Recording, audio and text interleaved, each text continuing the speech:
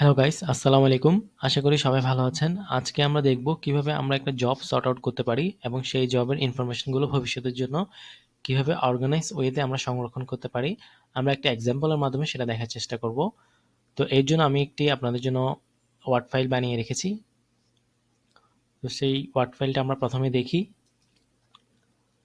So আমি এটার শিরোনাম দিয়েছি how to apply for a job with perfection. কিভাবে আমরা নির্ভুলতার সাথে একটা জবকে আমরা অ্যাপ্লিকেশন করতে পারি এবং সেই সাথে সাথে ভবিষ্যতের জন্য আমরা কিভাবে প্রস্তুতি নিতে পারি সেই বিষয়গুলো নিয়ে এই ভিডিওতে কথা বলবো এবং পাশাপাশি ছোট একটা এক্সাম্পল রাখার চেষ্টা করব।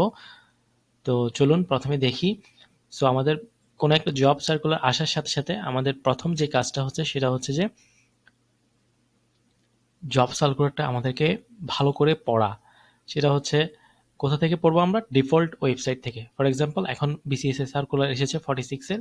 সো আপনি অন্য কোনো থার্ড পার্টি কোনো ওয়েবসাইট থেকে নয়, আপনি সরাসরি বিপিএসসি অর্থাৎ পিএসসির ওয়েবসাইটে গিয়ে আপনি সেখান থেকে যে সার্কুলারটা পাবেন সেটাই আপনি ডাউনলোড করবেন এবং সেটাই আপনি রিড আউট করবেন।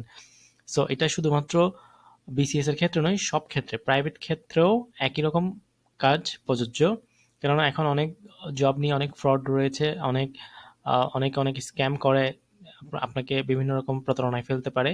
তো এর জন্য সবচেয়ে বেটার অপশন হচ্ছে আপনি সেই পার্টিকুলার স্পেসিফিক কোম্পানির ওয়েবসাইটে গিয়ে তাদের যে জব সার্কুলার রয়েছে, তাদের যে সার্কুলার বা ক্যারিয়ার অপশন রয়েছে সেখানে গিয়ে চেক করা যে আদৌ সার্কুলারটা সত্য কিনা। সো আমরা এই ক্ষেত্রে যে কাজটা করব, আমরা এক্সাম্পল দিতে গিয়ে আমরা বিপিএসসির যে 46 এর সার্কুলার রয়েছে সেটা আমরা চেক করব। সো আমরা প্রথমে দেখি যে আমরা ওয়েবসাইটে যাব এবং সার্কুলারটা সত্য কিনা সেটা চেক করব। সো আমরা চলে আসলাম, আমরা বিপিএসসির ওয়েবসাইটে চলে আসব।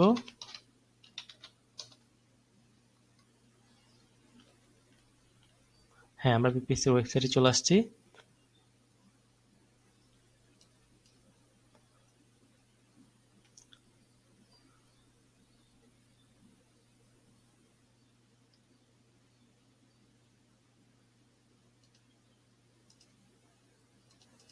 সো আমরা বিপিএসসির ওয়েবসাইটে আসার পর আমরা এখানে নোটিস, রেজাল্ট এগুলো দেখতে পাচ্ছি এবং এখানে আমরা দেখতে পাচ্ছি online application for 46 BCS examination 2023।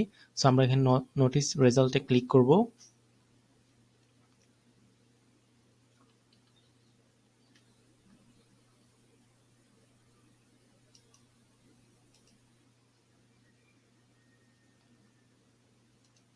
এরপরে যে কাজটা হচ্ছে আমাদের, আমরা ওয়েবসাইটে চলে গেলাম, আমরা সার্কুলারটা দেখলাম যে হ্যাঁ সার্কুলারটা সত্য এবং আমরা ডিফল্ট ওয়েবসাইট থেকেই সার্কুলারটা ডাউনলোড করব।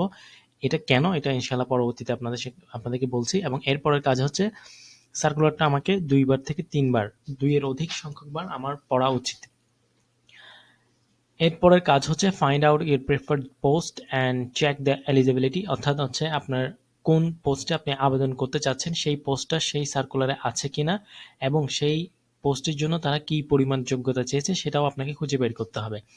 সো এটা হচ্ছে যে যখন সার্কুলার দেয় সার্কুলারের পাশেই আপনার যোগ্যতা লেখা থাকে, কোনোটা স্নাতক, কোনোটা স্নাতকোত্তর বা কোনোটার ক্ষেত্রে অভিজ্ঞতা চাই। তো সেক্ষেত্রে আপনি দেখবেন যে অভিজ্ঞতার সাথে তারা যেই ক্রাইটেরিয়া দিয়েছে সেটার সাথে আপনার প্রিফার্ড পোস্টের যে রিকোয়ারমেন্ট সেটা মিলেছে কিনা। যদি মিলে তাহলে ওকে, আপনার 1 নম্বর 2 নম্বর পয়েন্ট ডান।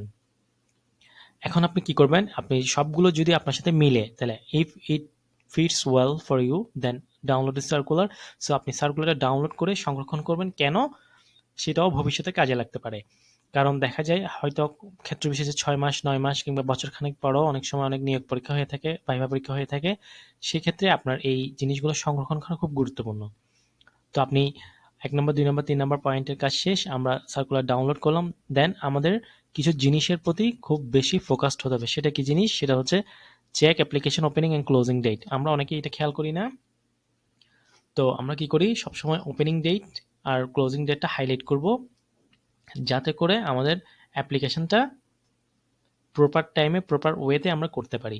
সো আমরা এখানে দেখব, এখন ওয়েবসাইটে চলে আসে, এই যে 46তম বিসিএস এর বিজ্ঞপ্তি, যেটা আপনি ডাউনলোড করার অপশন আছে এখানে। আমরা একটু ডাউনলোড করি। অলরাইট, সো আমরা ডাউনলোডে দিয়েছি। সো আমরা এই যে ডিফল্ট ওয়েবসাইট থেকে কিন্তু আমরা বিজ্ঞাপনটা ডাউনলোড করলাম।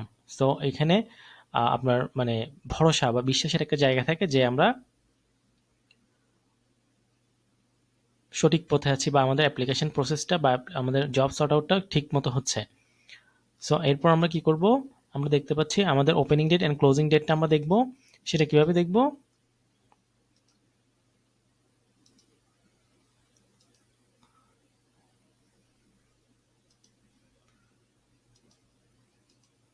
ওকে, সো আমরা check application opening and closing date আমরা দেখব। আচ্ছা, সেটাকে আমরা কি করব, হাইলাইট করব। হাইলাইট করব কেন? কারণ অনেকেই আছে খুব শেষের দিকে গিয়ে তাড়াহুড়ো করে আবেদন করতে গিয়ে ভুল করে, এবং সেক্ষেত্রে ভুল হওয়ার সম্ভাবনাই বেশি থাকে। আর বিশেষ করে শেষের দিকে যেহেতু চাপ বেশি থাকে, সার্ভারগুলো ডাউন হয়ে যায়, আপনার অ্যাপ্লিকেশন অ্যাকসেপ্ট না হওয়ার সম্ভাবনা বেড়ে যায়। আর শুরুর দিকে কি হয়, অনেক সময় অনেক সার্কুলার দেওয়ার পর তারা কিছুটা ভুল ত্রুটি থাকলে সেগুলো সংশোধন করার চেষ্টা করে, বা সেক্ষেত্রে বড় কোনো পরিবর্তন আনার থাকলে তারা ডিক্লারেশন দেয়। তো সেক্ষেত্রে খুবই ভালো সময় হচ্ছে একটা সার্কুলার প্রকাশিত হওয়ার যেই ক্লোজিং হওয়ার যে অ্যাপ্লিকেশন ডেট থাকে সেটার মাঝামাঝি সময়ে আবেদন করাটা খুবই বুদ্ধিমানের কাজ। সো আমরা সার্কুলারটা ডাউনলোড করে নিয়েছি। এখন আমরা দেখব, এই যে সার্কুলারটা আমাদের ডাউনলোড হয়ে গেছে। সো আমাদের কমিশনের এখানে কোনো কাজ নেই আর এখন। সো আমরা ডাউনলোড করে দেখতে পাচ্ছি আমাদের এখানে 22 পেজ রয়েছে। যদি আমাদের সম্ভব হয় আমরা প্রিন্ট আউট করে নেব, আর যদি খুব বেশি প্রয়োজন না হয় আমরা একান্ত সংগ্রহ করতে পারি। তাহলে আমরা কম্পিউটার কোনো ফোল্ডারে কীভাবে সেভ করবো সেটা আমি পরবর্তী দেখাচ্ছি। সো আপনি সার্কুলারটা ডাউনলোড করার পর আপনি দেখবেন, ফর এক্সাম্পল আপনি এখানে অনেকগুলো পোস্ট যেগুলো জেনারেল ক্যাডারের পোস্ট রয়েছে সেগুলো আপনি দেখতে পাচ্ছেন। অলরাইট, আমরা শেষের দিকে চলে আসি, যেটা আমরা বলতে চাচ্ছিলাম।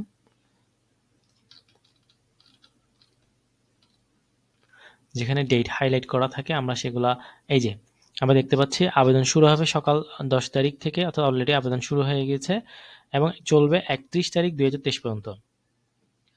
তো আমাদের সবচেয়ে বেটার অপশন হচ্ছে আমরা যদি এর মাঝামাঝি সময়ে আবেদন করি। ফর এক্সাম্পল আমরা 17 তারিখ থেকে 22 তারিখের মধ্যে যদি আবেদন করি, তাহলে এই আবেদনটা খুব, মানে এই সময়টা পিক আউটটা খুবই ভালো হবে। এবং আপনার সেন্টারটাও যদি আপনি ঢাকা সিটিতে হন বা চিরাং সিটিতে হন বা আপনার কেন্দ্রীয় মানে শহরে হন, তাহলে মাঝামাঝি একটা জায়গায় সেন্টার পড়ার সম্ভাবনা থাকে। সো আমরা দেখলাম, আমরা হাইলাইট করলাম। এখন আমাদের পরবর্তী টপিকটা কি? পরবর্তী টপিক আমরা ক্লোজিং ডেট দেখলাম, ওপেনিং ডেট দেখলাম। Check about the fees of the post and the medium of payment, preferred photo size as mention, background and signature. Alright, so আমরা এখন দেখব যে এখানে আমাদেরকে কি পদ্ধতিতে টাকাটা পেমেন্ট করতে বলেছে। সো আমরা সবাই জানি সরকারি চাকরির যেই পেমেন্টগুলো হয় সেগুলো টেলিটকের মাধ্যমে হয়ে থাকে। সো এখানে বলা আছে যে টেলিটকের মাধ্যমে আমাদেরকে পেমেন্ট করতে হবে। সো পেমেন্টটা কিভাবে করব সেটাও আমাদেরকে এখানে বলে দেওয়া আছে, সেগুলো আমরা একটু পড়ে নেব। এবং এই যে ছবি এবং সিগনেচার, সেগুলোর ব্যাকগ্রাউন্ড কীরকম হবে এবং সাইজ কীরকম হবে এবং সর্বোচ্চ কত সাইজের হইতে পারবে, সব কিছু এখানে ইন্ডিকেট করা আছে। সো আপনি এগুলো সবগুলো পড়ে এগুলো হাইলাইট করে খাতায় নোট নিয়ে নেবেন। যখন আপনি অ্যাপ্লিকেশনটা করতে বসবেন তখন যেন আপনাকে উঠতে না হয় বা এটা নিয়ে চিন্তা করতে না হয় বা ফটো বা সিগনেচারকে রিসাইজ করতে না হয়। এই জন্য এগুলো সবগুলো আগে থেকে রেডি করে রাখবেন। শুধু বিসিএস এর ক্ষেত্রে না, সব জবের ক্ষেত্রেই আমি সেম কথাই বলছি। তো এখন আপনি সব কিছু সর্ট আউট করলেন। ফর এক্সাম্পল আমি কথার কথা, আপনি এখানে ধরে নিলাম যে আপনি জেনারেল ক্যাডারে আবেদন করবেন এবং আপনি এই প্রশাসন, এরপরে পুলিশ, এরপরে নিরীক্ষা, শুল্ক, আবগারি, কর, এই অপশনগুলো আপনি সিলেক্ট করেছেন এবং এগুলোর প্রেক্ষিতেই আপনি অ্যাপ্লিকেশনটা করবেন। অর্থাৎ আপনি শুধু জেনারেল ক্যাডারে আবেদন করবেন, আর আপনি যদি বোথ ক্যাডারে আবেদন করেন সেক্ষেত্রে অপশন রয়েছে। সেক্ষেত্রে আপনি সর্ট আউট করবেন যে আপনি কোন ডিপার্টমেন্টের আবেদন করতে চাচ্ছেন, সেখানে পোস্ট কয়টা আছে, সেখানে রিকোয়ারমেন্ট কী চেয়েছে, এগুলো সব কিছু আপনি সর্ট আউট করবেন। মানে এই পুরো সার্কুলারটা নিয়ে আপনি মোটামুটি 1 থেকে 2 দিন 2-3 বার করে পড়ে আপনি সর্ট আউট করবেন, সব কিছু ইনফরমেশন কালেক্ট করবেন, সব ছবি, সিগনেচার, তারপর পেমেন্ট করার অপশন, সিম সব কালেক্ট করে আপনার হাতে রাখবেন। দেন আপনি একটা সুইটেবল টাইম চুজ করবেন। সুইটেবল টাইম, এই যে টেক ইউর বেস্ট টাইম, অর্থাৎ এমন একটা টাইম চুজ করবেন যে টাইমে আপনার রিল্যাক্স থাকেন। বি প্রিপেয়ার্ড ফর দ্য অ্যাপ্লিকেশনের জন্য আপনি প্রস্তুতি নেবেন, কারণ সেখানে অনেক কিছু ইনফরমেশন অ্যাড করতে হয় এবং সেখানে ভুল হলে কিন্তু পরবর্তীতে সমস্যায় পড়তে হয়। তো এই জন্য এমন একটা সময় পিক করা যেখানে যখন আপনার রিল্যাক্স মাইন্ডে থাকবেন সেই সময়টা চুজ করবেন এবং অ্যাপ্লিকেশন করার জন্য বসবেন। এবং এই যে মধ্যম টাইম যেটা, সেই টাইমের মধ্যে আপনি আবেদন করার চেষ্টা করবেন। দেন আপনি কি করবেন, আপনার সবকিছু ওকে। ফর এক্সাম্পল আমি এখানে দেখতে পাচ্ছি আপনার সবকিছু ওকে। আপনি এখন বিপিএস এর ওয়েবসাইটে চলে আসবেন। আমরা এখানে ওয়েবসাইটে চলে আসছি। ওয়েবসাইটে চলে আসার পর তো আমরা এখানে বিপিএস এর ওয়েবসাইটে চলে আসবো। আবার আবার ওয়েবসাইটে চলে আসার পর আমরা দেখতে পাচ্ছি যে online application for 46 BCS examination 2023। আমরা এখানে ক্লিক করব। এখানে ক্লিক করার পর আমরা আবেদন করার জন্য যে ফরম্যাটটা আছে সেটা চলে আসবে। সো এটা আমরা নেক্সট একটা ভিডিওতে দেখব কিভাবে আবেদন করতে হয় এবং কিভাবে ক্যাডার চয়েস করতে হয়। সো সেটা আমরা দেখে দেখে ইনশাল্লাহ ফিল আপ করবো, যাতে আপনাদের জন্য সুবিধা হয়। সো এখন আমরা আমাদের যেই জব সর্টিং এর যে কাজটা করতেছিলাম সেটা শেষের দিকে চলে আসছি। এখন আমাদের শেষের কাজ হচ্ছে create a folder in your phone or PC by the name of job circulars and job applied where you will reserve your circular and applicant copy for future purposes. So এটা কি জিনিস, সেটা একটু আপনার ডেস্কটপ থেকে আপনাদেরকে একটু দেখাই। সেটা হচ্ছে এই যে আপনি এতগুলো জব অ্যাপ্লিকেশন করছেন, সেই জবের অ্যাপ্লিকেশনের তথ্যগুলো আপনি আপনি সুন্দর করে আপনি রিজার্ভ করবেন আপনার পিসিতে অথবা আপনার ফোনে। তো আমি এখানে দুইটা ফোল্ডার সাজিয়েছি, সেটা হচ্ছে অল অ্যাবাউট জবস আর এটা হচ্ছে অ্যাপ্লাইড জবস। এটা কি জিনিস, এটা হচ্ছে নতুন কোনো সার্কুলার আসলে আমি এখানের ভিতর ঢুকাই রাখি এগুলা। এবং যদি সেই জবে পড়ে আমার ভালো লাগে আমি আবেদন করি, তাহলে সেই আবেদনটা আমি এখানের মধ্যে ঢুকাই রাখি। সো আবেদনটার ভিতরে আমি কারেন্ট অ্যাপ্লাইড জব যে জবগুলোতে আবেদন করছি সেগুলো এখানে ঢুকাই রাখি, এবং যেগুলো সার্কুলার আছে যে জবের আবেদন করছি সেই জবের সার্কুলারটা এখানে রাখি, যাতে ভবিষ্যতে আমার সুবিধা হয়। এবং যে অ্যাপ্লিক্যান্ট কপিটা আছে সেটা সেটা আপনি এখানে রাখবেন এবং সার্কুলারটা এখানে রাখবেন, তাহলে আপনার সুবিধা হবে। আপনি ফোল্ডার ফোল্ডার আলাদা করে রাখলে যে যখন যে জবটা দিচ্ছেন সেই জবের কোন পোস্টে আবেদন করেছিলেন, কোথায় কখন পরীক্ষা হবে, সেটার পোস্টটা কি এবং সেটার রিকোয়ারমেন্ট কি কি ছিল, সেগুলো যখন আপনি ভাইবার জন্য আপনার প্রস্তুতি নিতে সুবিধা হবে, এবং সার্কুলারটা সংরক্ষণ করলে ভবিষ্যতে আপনার জন্য সুবিধা হবে।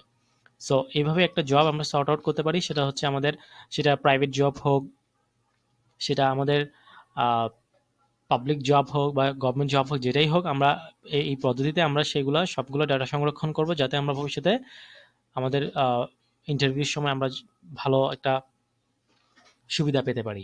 সো এই হচ্ছে গিয়ে আজকের বিষয়। সো নেক্সট ভিডিওতে আমরা কিভাবে জবে প্রপারলি একটা জবে অ্যাপ্লিকেশন করতে হয় এবং কিভাবে বারবার তথ্যগুলো বিভিন্ন জবের জন্য না লিখে কিভাবে একবার আমরা রেডি করে রাখবো এবং সেখান থেকেই বারবার আমি যতগুলোই জবে অ্যাপ্লাই করে অটোমেটিক সেগুলো সেট হয়ে যাবে, সেগুলো আমরা দেখাবো ইনশাল্লাহ। সো আজকের ভিডিও এ পর্যন্ত, দেখা হবে পরবর্তী কোনো পর্বে। সে পর্যন্ত সবাই ভালো থাকুন, সুস্থ থাকুন। আল্লাহ হাফেজ।